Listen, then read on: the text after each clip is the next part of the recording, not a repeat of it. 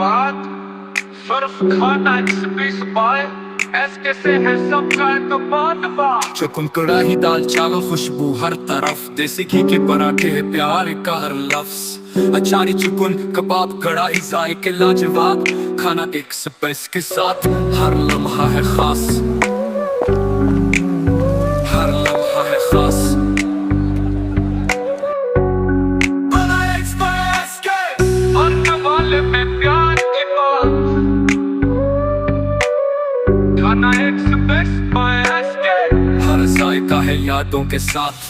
चुकन ताबूती beef kofta चुकन kofta भी बिगरूनी हो या मटन जैसा पूछे यही पेची, गुड़ी पकौड़ा सा या मीठी शहद वाली लस्सी, खाना एक्सप्रेस के खाने सबसे है ज्यादा लजीजी।